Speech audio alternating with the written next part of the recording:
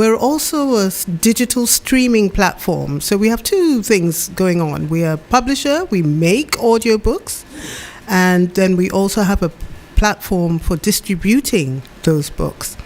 Now, the seeds for my business sort of go way back, over a decade ago, to my mother. My mother is a children's book writer, and she lost her sight about 15 years ago. Right. And so, looking for a way to read, we turned to audiobooks. So books became her life, and I've been listening with her as we're providing books for her over these years. And in those days, it was books on cassette tape. It was books on tape. You might have heard of that. Yes. And technology evolved. It went into DVDs and then iPods. And now we have streaming audio. That's so right. You can get all your books on streaming platforms.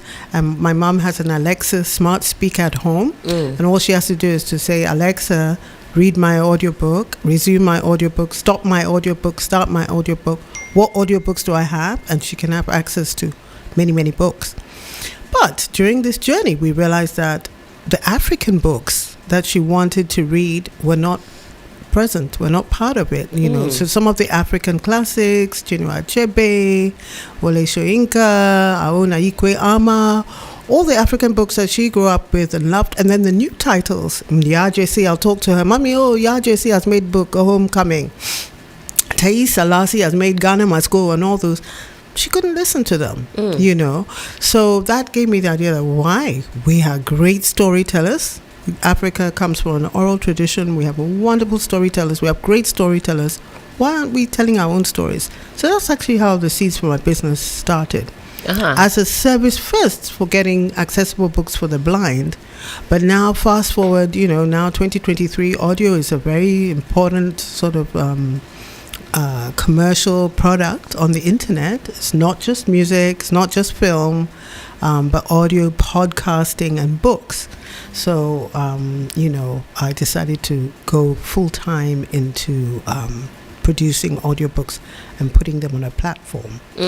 I'm an IT person by profession. Okay. I'm actually an IT person. Break that down for us. How, when you say IT, what space in the IT world? So I started off actually in programming as a programmer, coder, many years ago. But then because coding is now all the craze, isn't it? is. I don't even know what coding is. In those days, well, it's making programs, the software that makes computers work. Okay. And but I was really, really interested always, even when I was studying computers, and how can technology help to improve people's lives. So that was always my focus. How do we improve lives with all this wonderful technology? And of course, now we even have AI. I'll talk about that in a little bit. But my interest was, how do we improve people's lives with technology? So I went into IT for development, and I worked with USAID for many years, and then also with the United Nations Environment Program, and then the latter part of my career I've been with the University of Ghana. So always looking at how can we use technology to improve people's lives. So for me, marrying my passion, and I think reading, I grew up in a household of readers. My father was an academic, my mother was a teacher and a writer. Books are so important to, you know, that's where you get new ideas, you get inspiration, you learn about things you don't know, you empathize and understand your world. And young people are not reading anymore. There's so much competing stuff from, you know, YouTube. That's right. Social media, music, streaming services. But I think reading is losing its place, but I also think reading is transforming. You know, books are wonderful, physical print books, but if you look at the continent of Africa, how big it is, you want to know, for example, who's writing science fiction in Cameroon, who's writing historical romances in Nigeria, who's writing novels in Ghana.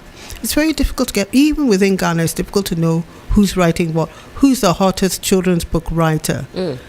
It's difficult to get that information. However, digital platforms allow you to do that analysis of books the genres, what's selling, what's not, who's writing, what not. You can aggregate this data and discover, So I felt we need digital platforms for reading. Also, bookstores. We don't have bookstores in our country. How many bookstores do we have? How many people have bookstores close to them, libraries close to them, books in their homes? When I was growing up, and we actually happened to have a stint in the UK, my sisters, I have two sisters, so three of us would go to the bookshop, to the library. We didn't have to buy books when we were growing up. We just went to the library, the library allowed us to borrow 6 books each. So between us, 18 books. We'll come home with 18 books, read them 2 weeks, go back, go and get another 18. So I didn't have to buy a book until much later on in my life. But here we are in a society and an economy where buying books is expensive. Very expensive. It's very expensive. Imagine having to buy 18 books every 2 weeks. A lot of people can't do that. That's right. However, they have mobile phones. They already have them. Every household has at least one mobile phone. So for me, we should use this opportunity to put books on this platform, just as we're using the phones for social media, for music, for TV and films. We should use them for reading. So that's what I want to do, to try and change the reading culture using digital tools, because that's what the young people are using now. That's right. And getting people to read consistently. Just do 10, 15, 20 minutes a day on your mobile phone. Whether it's ebook, whether it's audio. Audio is actually easier for phones because you don't have to look at a tiny screen. Of course. You can just hear. Better for the eyes. For the eyes. And you give your eyes a rest from all the screen activity. And then also taking you back. I used to love my mother used to tell us stories. My grandmother used to tell us stories. I love listening to stories. I love listening to voices as well. We have a wealth of wonderful voices. Let's celebrate them. So the idea is to get your reading done through as many channels as possible, not only through print. Right. So that's what I want to do. Now, in terms of when you say you produce the audiobooks, what does that entail practically? Are you're in the recording booth, you source the voices, you do, how does it all come together? Give us a picture. Yes. So exactly as you're saying, so you first have to get the rights from the authors. We really respect the intellectual property of writers. Of course. And we feel it's very important that writers should be compensated fairly. So we approach the writers or the publishers, ask for permissions, and then we cast. You actually have to cast, read through the book. If it's a novel, try and find who would be the best person to interpret it. Now, I've been working, like I said, I worked with the University of Ghana for the last 17 and a half years. Been fortunate to connect with people at the School of Performing Arts. Okay. So that's a source. I find voice actors from the theatre tradition are very good. I have worked with some film actors also. Ajete Annan, I've been very fortunate to work with him. Akosua Busia, Anima Missa, Amwa, James Gardner. Some actors have also been working. But theatre is a little bit more suited to audiobook narration. So we find the right voice and then we go into a studio and we record. And sometimes it can take anything from, if it's a small children's book, it can be a 10-minute recording all the way up to 19 hours or 20 hours of recording. I was going to ask, how long does the process normally take from start to finish? It depends on the length of the book and the time of the book, and also the skill of the narrator. Okay. Some narrators can come into the studio, bang it out, very good. They have to study the book, the characterizations, the dialogue, the story, immerse themselves, and you have to be a storyteller. Tell the story. And it's just really interesting. A book can really be brought to life by listening to it with audio. Non-fiction, we do non-fiction as well. They do well with audio. You've got to get the right voice, not someone who put you to sleep because it's monotonous, but it's non-fiction, but it also tells a story. We've done a few autobiographies and children's books. With the children's books, sometimes we put in music to make it more exciting and fun. And so every project is different, but it's really a lot of fun. Well, this type of business, is it more passion over profit, or does it actually, we want some tips and tricks here. Somebody listening thinking, well, actually, why not? I could get into that sort of business. Is it difficult to make money in this sphere? Is it one where you have to be consistent? What are the tips and tricks in getting this off the ground and, really making something of it, so that you can also recoup? Because I'm sure it's not cheap putting this together. And in Ghana, in Africa, many parts of Africa, publishers have been slow to embrace digital. Okay, other parts of the world, Western world, digital books are mainstream. They're part of the publishing process. So an author makes a book, it makes it in different forms. They make the print, they make the ebook, and they make the audio. African publishers have been a little slow to embrace digital, which I don't understand. Why are we so hesitant? What are the hesitancies? I think it's lack of understanding. Okay. Fear of piracy. Okay. That's one of the big ones. Oh, if I put my book out there, it will. But then I'll say one thing. I think the fear of piracy comes from a tradition where, in the print world, if you don't have a copy, everybody who doesn't have a copy, then people are making photocopies and pirates and all that. In the digital world, everybody can have their own copy. That's right. And I keep telling publishers that I think if you put your book out there to as many people as possible at the right price point, you don't have to be worried about that. Case in point, I think, when was it? Was it yesterday? The actress Yvonne Nelson? Yes, Yvonne Nelson has launched her book, I Am Not Yvonne Nelson. I see on a WhatsApp group yesterday, someone had put the PDF there. Just like that. And I was like, where did you get the PDF from? Now, you see, this is what writers and publishers don't like. Why aren't you buying that copy of that book? I don't know what a price point the physical I think book I is. saw on Amazon it's going for about $10. Which in Ghana will be 120 Something, CDs. yes. Which is not beyond, but still, it's a price point that could be beyond the pocket of many young people, the target audience that she wants to reach. And so digital allows you to have economies of scale, and therefore to bring the price point down. That's what we want to do. Okay. But we're still trying to build that. A lot of the publishers we approach want us to do the production costs up front. We're a very small company, tiny companies. It's difficult to do that. We've had some fabulous publishers who have not done that and asked for anything up front. And we are now getting to the point where publishers will actually share the production costs with us.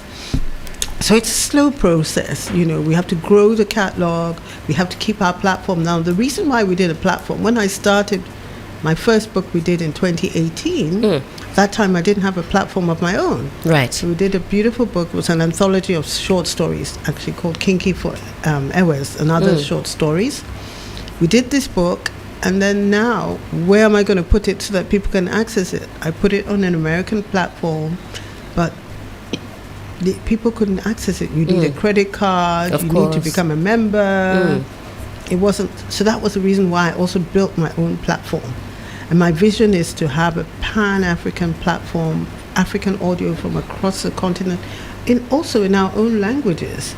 So you need, and those will the platform embraces payment options that the continent, people on the continent use, like because Momo. that's always such a big barrier. You click on or you log on, and if you don't have a specific credit card or a specific type of MasterCard, Visa card, then you're not going to be able to access the book. But time check, it is 3 minutes to the top of the hour, 10 a.m. Time flies when you're having fun, Amma. We'll have to do a part two. We'll have to do a part two. I'm looking forward to having a show, a collaborative program where we play our audiobooks. Yes. Where people can have a chance to just listen, follow a story. We can do an entire story or samples so that they know what's available. I think that would be exciting. I've gone to a program where they gave everybody headsets and you could follow along with the story, a whole experience.